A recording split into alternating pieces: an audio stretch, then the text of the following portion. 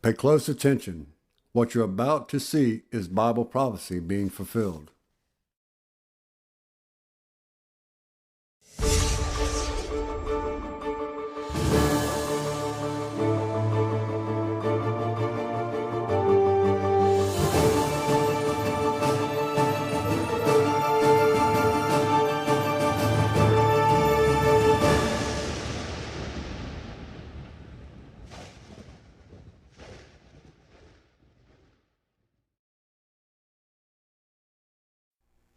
Well, welcome to another edition of YPN News, bringing you news as it relates to Bible prophecy and foretold by Yisrael Hawkins. Well, we're going to talk a little bit about some of the ongoing things that have been coming out in the news regarding a popular new trend that's known as vaping and the dangers that have been occurring with that. Lately has been kind of disturbing. We have some more news on the ongoing Ebola crisis. You know, that's sometimes in the news, then it's not, then it is, then it isn't. But for those people in that area, it's kind of an ongoing thing for them. Then we're going to talk a little bit about Russia and Egypt, who are engaged in a new arms deal. And of course, the U.S. is expressing their disapproval on the matter. But first, we're going to talk about Planned Parenthood and the fact that they're suing the Center for Medical Progress founder David Daleiden, and of course several others, in a civil case for producing undercover videos of workers allegedly discussing the gathering and sale of aborted baby parts. Well, the video sparked national outrage and a congressional investigation. LifeSite News report witnesses for the abortion giant claim that the video has led to fears of increased violence against abortionists. Well, moving on to vaping now, 2,051 people have been treated for vaping-related lung illness and 40 people have died. Now, finally, a breakthrough as to why so many have been affected by the trend. A new study by the CDC examined 29 samples collected from the lungs of patients suffering from the vaping illness. They found vitamin E acetate in 29 of the samples and THC, the active ingredient in cannabis, in 23 of the samples. Now, vitamin E, although normally considered safe, when used in vape juice, it's used to dilute THC oils in order to improve profits. And also, when you heat things up, you change, the chemical, the makeup is changing when you heat it up to high levels. That's right. Well, vitamin E acetate is safely used in supplements and creams, but when it's heated in vaping pens and inhaled, it causes chemical burns in the lungs. Now, a clue was found when vitamin E acetate was found in product samples in New York State lab. Dr. Howard Zucker is the state health commissioner, and Zucker said, "This is very much a sleuth mission because nobody knew what was the cause." And when you start to pull these little pieces together to figure out what the common thread is here. Well, both the CDC and Dr. Zucker said that this is not the end of the story, with Zucker saying we have to better understand the pathology of how the vitamin E gets into the lungs and causes the damage to occur. Now, Dr. John LaPook, CBS's chief medical correspondent, said that the vapor attacks the paper-thin part of the lungs where oxygen enters the bloodstream, causing a chemical burn, kind of like what mustard gas did during World War I. Now, that, of course, causes the oxygen levels in these patients to drop to dangerously low levels. Yeah, interesting about those pens is that, as far as the nicotine that's found in a lot of those vape juices, from what I understand is in order to get a higher dose of it, you actually turn the heat up more in the pen. So that's what they're worried about as well. We're seeing with this vitamin E acetate, THC, and other things that are in these juice compounds. Well, the threat of antibiotic-resistant infection is dramatically larger than what was previously thought. Now, the CDC said that drug-resistant infections kill over 35,000 people every year, or about one person every 15 minutes. New antibiotics are needed, but experts say none are being developed. Why, you might ask? Well, they say it comes down to money. New antibiotics are expensive to develop, and because their use is limited, there's not a lot of profit potential for pharmaceutical companies. But it's desperately needed for doctors who say they're seeing more patients with infections they can't cure. Well, Roxanne Sutter lost her son Trey, a high school freshman who loves sports, to deadly infection called MRSA after a sore on his foot developed into a full-blown infection. Now, she said after playing basketball with his friends, he developed a sore on his foot that looked kind of like a blister. He also had pain in his leg, and the doctors gave him antibiotics. But the next day, he said he couldn't walk and was taken to the hospital where doctors said he had a life-threatening infection of MRSA. Oh, scary. With blood clots throughout his leg and lungs, his condition deteriorated over 19 days, at which time the doctor told the mother, Roxana, that there was nothing left they could do and that it was time to take him off of life support. Sadly, Trey's isn't the only case of this nature. Dr. Helen Boucher, chief of infectious disease at Tufts Medical Center in Boston, she said newer drugs are critical and they're needed not only today, but yesterday. Small biotech companies are working to develop new drugs where Big Pharma is taking a step back, but hospital budgets are tight and hospitals just want to hold on to the old type generic brands of antibiotics. Well, Dr. Boucher said, we've been forced to go back and take some older, more dangerous drugs off the shelf to use that we wouldn't have considered because of the toxicity associated with them, because there's not many other options. How about that? Running out of options with the antibiotics. Yes, that seems to be the case in the entire medical field across the world, including what we're seeing take place in the continent of Africa, where the Ebola case is still ongoing. And of course, doctors are wanting to, give injections to people in the hopes of either preventing or curing it. But as with a lot of antibiotics and them not being effective, a lot of the, the citizens in those areas are saying, hey, we don't want any of that stuff because we don't know exactly what's in it and what the effects are going to be. So, you have a lot of confusion as to what to do and, how to go about solving it. And so our Chief Correspondent Larry McGee, he has some more information for us regarding Ebola and, of course, some other things that are taking place throughout the world. Larry, what do you have for us? Life outside the inner circle of Rome in the West means always having to wonder if you're next.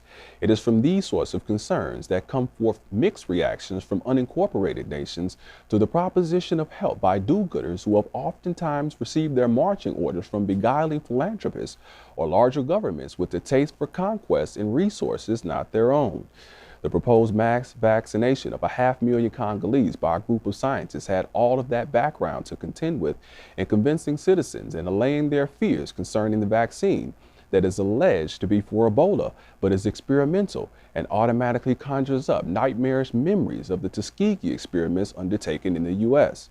Some Congolese welcomed the preparation for the hope that it might actually be effective in safeguarding against the horrible plague, but others are more cautious and curious about the elements of the vaccine, citing similar projects that were conducted in neighboring Benin, where citizens were nonetheless dying despite vaccination.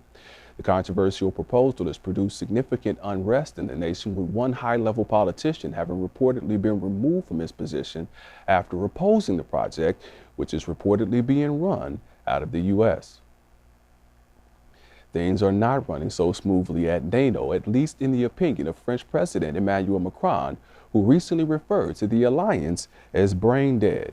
The French leader's remarks have received subtle and tactful condemnation from a number of European leaders, including Germany's Chancellor Angela Merkel, who categorized the comments as sweeping and inappropriate, also acknowledging that the alliance is facing issues that will call for it to take its future into its own hands. That sentiment was echoed by the Assembly Secretary General Jens Stoltenberg, who sees the alliance as strong and more productive now than it has been in decades. As a strong clue regarding the source of the French head's discontent, Mr. Macron has stated that Europe is now dealing for the first time with an American president who doesn't share their idea of the European project. He believes that if Europe does not wake up, it will lose control of its future and disappear geopolitically. One of the primary contenders for the new and emerging geopolitical system is obviously the U.S., who are now apparently switching from their self-imposed and entrapping role as the globe's freedom fighters to that of a mercenary and a hired gun. President Trump wants money for American might, which means a $5 billion a year price tag for South Korea, who was just informed of the bill recently. That amount represents a five-fold increase of the amount it is currently paying to secure U.S. soldiers, but new Defense Secretary Mike Esper says Korea is rich and can handle the fee. The move has brought statements of disappointment and disapproval from the political structure in the nation. America's presence in the country was initially accepted and regarded as a deterrent to North Korea, which was seen as mutually beneficial for both nations. But some South Koreans are now saying that America has lost its focus, and they are calling for a partial, if not a complete, U.S. withdrawal. For YPN News, I'm Larry McGee. Katan Jeff, back to you. Well, it looks like South Korea now, their relationship with the U.S. is the same as so many other countries, that it's becoming strained. The U.S. are trying to put pressure on them in hopes that they will contribute more money to the military, but it's not actually not improving the situation as we've seen with other countries. It's starting to divide these countries that were so-called allies to the U.S. Yeah. Well, it's become the new norm, the United States imposing sanctions on one country after the next. Now, the latest nation in the crosshairs is Egypt. The U.S.'s reason? Well, Egypt has become partners with Russia. At the end of 2018, Cairo signed a $2 billion contract with Moscow to purchase over 20 Su-35 fighter jets from the Russians. The Egyptians are set to begin receiving the aircraft as early as 2020. However, growing U.S. pressure for countries to stop buying Russia-made arms could interfere. In 2017, Trump actually signed into effect the Countering America's Adversaries Through Sanctions Act, known as CAATSA. The goal is to punish Russia for its alleged election interference. Well, under the legislation, countries who trade with Russia for their defense and intelligence face secondary sanctions. So now, as Egypt turns to Russia as one of its main suppliers of weapons, they are receiving a stern warning from the U.S. that they could lose the $1.3 billion in security assistance they receive from the United States annually. Now, currently, Egypt ranks 5th in countries that the U.S. gives military aid to, and President Trump has worked very hard to maintain the close ties with the Egyptian President Abdel Fattah el-Sisi. Well, the warning was delivered in a letter from U.S. Secretaries Mike Pompeo and Mark Esper. In the letter, they urged the Egyptian Defense Minister to cancel the agreement to purchase the planes. So it does not seem to matter that Egypt has always been a close Middle Eastern ally to the U.S. Partnerships with Russia are a big no-no. Well, of course, Egypt is not the only country facing sanctions for their dealings with Russia. President Trump has also warned Turkey, which we've mentioned lately in quite a bit in the news, that they are facing the challenges over their decisions to purchase a Russian-made air defense system. And that President Erdogan said, look, the deal's done. You know, we're going ahead, we're going through with it. It doesn't matter what the U.S. does at this point. We're taking this, we've made this agreement and we're keeping it. Yep. Well, American journalist John Defterios, reporting for CNN recently, was given a tour of one of the largest proven oil reserves in the world. He traveled across 900 kilometers of flat, deserted marshlands in Iran, where not too long ago, unexploded bombs had covered the region as a result of the Iran-Iraq war. But now below this former battlefield, officials say there is some 60 billion barrels of proven oil reserves. Wow. Well, this massive operation covers a distance as big as that from San Francisco to Los Angeles. Now, currently they have 300 oil wells, but that number will double by the year 2020. Now, there is drilling taking place all over the region, even though the technology there is not up to date. Now, due to the heavy sanctions the U.S. has put on that country, there has been limited technology which has slowed production. They're actually trying to continue producing the oil with the old equipment that they have, keeping it working, piecing it together. Right. Well, but China has stepped in to fill the void created by Western-led sanctions. In northern Azerbaijan, Iran's state oil company built new facilities with the help of its Chinese partner, CMPC. While it is a start, Iran's Deputy Minister of Petroleum says they need more investors, as they also say they need Western technology. Well, there are a few European oil companies there currently, like French company Total and Italy's Eni. But no U.S. investors have been there since the revolution in 1979.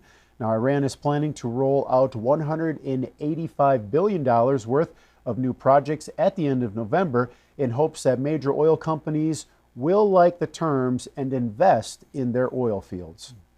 While Iran's growth has slowed this year with the planned increase in production, the World Bank predicts Iran will see about a 6% increase in growth. While this would be great for Iran, the growing problem, as we've reported recently, is that the market is becoming flooded with cheap oil. Well, now heading west to northern Syria, where militarily things are changing drastically and quickly. The Russian military says it plans to establish its newest base in the same area where U.S. troops have just withdrawn from last month. Now, this will be Russia's third military base in Syria, and so as Washington moves out, Moscow appears to be moving in. That's right. The newest base will be for combat helicopters and air defense and will be located in the heart of Kurdish territory near northern Syria. This is the same area where we saw U.S. convoys being pelted with rocks and potatoes by residents in the Kurdish-dominated area. Well, as part of their deal with Turkey, Russia has also started carrying out helicopter patrols in the region. This was meant to meet Ankara's demands for Kurdish fighters to be pushed further south of the border, creating the 20-mile-wide safe zone. Now, while Russian military leaders say this new base will ensure uninterrupted flights, safety of helicopters, and protection and defense of the territory, the location is significant considering the situation between Turkey and the U.S.-backed Kurdish forces. One Russian media also told that Moscow is considering deploying its defense and missile defense systems in the Kamishli area, along with the Syrian-Turkey border, to intercept potential American strikes. Both Russia and Turkey have been conducting joint patrols in northern Syria, and thus Turkey has agreed not to continue its military offensive for a little longer. Well, Russia has started its ultimate goal, or has stated rather, that its ultimate goal is to return complete control of the country to the Syrian government. However, the U.S. Secretary of State said their goal is, in being there, referring to the U.S. troops that still occupy parts of Syria, is to keep ISIS from reemerging as a threat in the country again. Well, Mr. Pompeo said, quote, "Today we're watching this space once occupied by the fraudulent caliphate like a hawk. That's why we're maintaining our residual presence at the Al-Tanf in southern Syria and our capacity to conduct air operations. We repositioned some of our troops in northern Syria and some of the border regions as well to make sure that ISIS will never get a second wind and to prevent ISIS from recapturing the oil fields." Well, however, only the last part of Pompeo's statement seems to coincide with what President Trump is saying is the reason that some U.S. troops are staying back in Syria. Now, in his statement from the White House just this week, Trump said, "We're keeping the oil. We have the oil. The oil is secure. We left troops behind only for the oil." Interesting. Well, Russia has called Washington's plan to protect the oil fields international state banditry, saying it is illegal.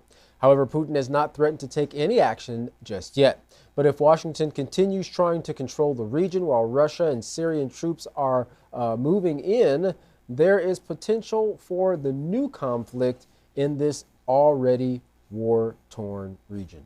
Continues to be a very hot spot there in Syria. That's right. Well, Russian Foreign Minister Sergei Lavrov said that nuclear war can't be won and therefore must not be launched.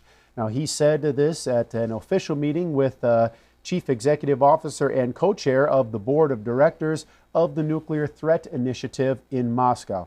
Now, the hard work to negotiate the JCPOA deal was also discussed despite the failures of the European signatures who have failed to uphold their commitments. That sounds like some words of wisdom there. No one's going to be a winner in a nuclear war. Well, for decades, the United States has had a military presence in countries across the globe, and particularly the Middle East region. But have you ever wondered why? Well, our next video gives us a look at some of the former presidents' reasoning for occupying these countries and then compares it to our current president.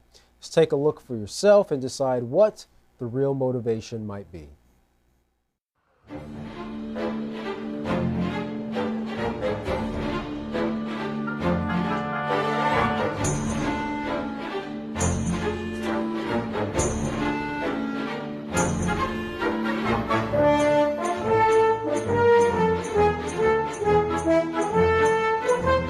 In Lebanon, we have some 1,600 Marines, part of a multinational force that's trying to help the people of Lebanon restore order and stability to that troubled land. And Kuwait will once again be free. He subjected the people of Kuwait to unspeakable atrocities. To make Saddam pay a price for the latest act of brutality, reducing his ability to threaten his neighbors and America's interests. My fellow citizens, at this hour, American and coalition forces are in the early stages of military operations to disarm Iraq, to free its people, and to defend the world from grave danger.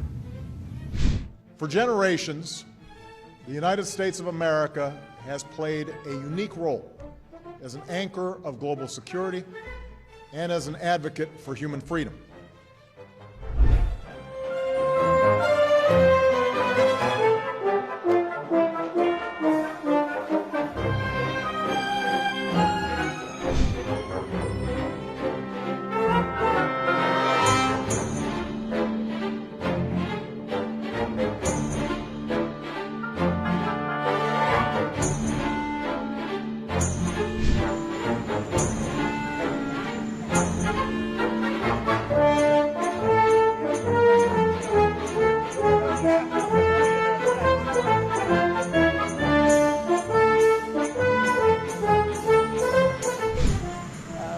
Kept the oil, we stayed back and kept the oil, but we did leave soldiers because we're keeping the oil. I like oil. Well, looks like President Trump might have let the cat out of the bag, so to speak, with that one, saying that we are here for the oil, and I like the oil. But interesting, Katan, you know, we were talking before our news broadcast on how many of these regions are now discovering billions, if not trillions, of untapped oil, natural gas, and so forth. I mean, the South China Sea. We have even the Permian Basin here in Midland, Odessa area. Brazil's oil. Brazil's. As well. Yep. And then the Straits of Hormuz there, they found it, and now even in today's broadcast. So it's like they're discovering all this oil in all these different parts, and it's oil, oil, oil, oil. And here the United States, you know, finally comes out, which the other other countries have said that, you know, this was the reasoning all along. And as we saw there, you know, the other president said, well, you know, it's global security and we have to protect freedom and so forth. But it really was the oil all along that they were going after. That's right. And one of the main goals of the United States is to see to it that that flow of oil is not hurt. As we know, the American dollar is backed by the petroleum, or what's known as the petrodollar. And of course, this is another reason why the United States doesn't want other countries getting too big of or any piece of the pie in regards to countries like Russia, who has made oil deals and natural gas deals with several other countries like China, you know, and various countries. And so the United States steps in and says, don't make a deal with Russia, you know, buy from us, or we're going to put sanctions on you. Right, and those companies that you talked about, I mean, Russia, one in particular, you know, they're looking for ways to ditch the dollar. That's and right. We talked about the company recently who did stop using the petrodollars there for the oil trading. So it's really, it seems like it's really coming to a boiling point here with the wars over the oil, the petrodollar. In and around the Great River Euphrates, the fighting that continues to go forth. So it doesn't look like it's going to be too much longer before somebody makes a real big move that is going to be catastrophic, as as Foreign Minister Sergei Lavrov said, nobody wins in that nuclear war. That's right. Well, if you'd like to learn more about these stories and others, please contact the House of Yahweh. When you do, don't forget to request your free copy of the Prophetic Word magazine and monthly newsletter. Here's how. To contact the House of Yahweh, you can write them at the House of Yahweh, P.O. Box 2498, Abilene, Texas 79604. You can also call them at 1-800-613-9494 or visit them on any of their websites by going to Yahweh.com, YisraelHawkins.com, or Yahweh'sBranch.com. You can also visit our website by going to YPNnews.com. You can email the House of Yahweh at info@yahweh.com. And for all calls outside the United States, please dial the number on your screen. And of course, don't forget the Yisrael Says and Ask Yisrael programs. You can find those by going to YisraelSays.com and AskYisrael.com. Well, don't go anywhere. Up next is another enlightening message from Yisrael Hawkins. From all of us here at YPN News, I'm Jeffrey Heimerman. And I'm Katan Alexander. Thanks for watching.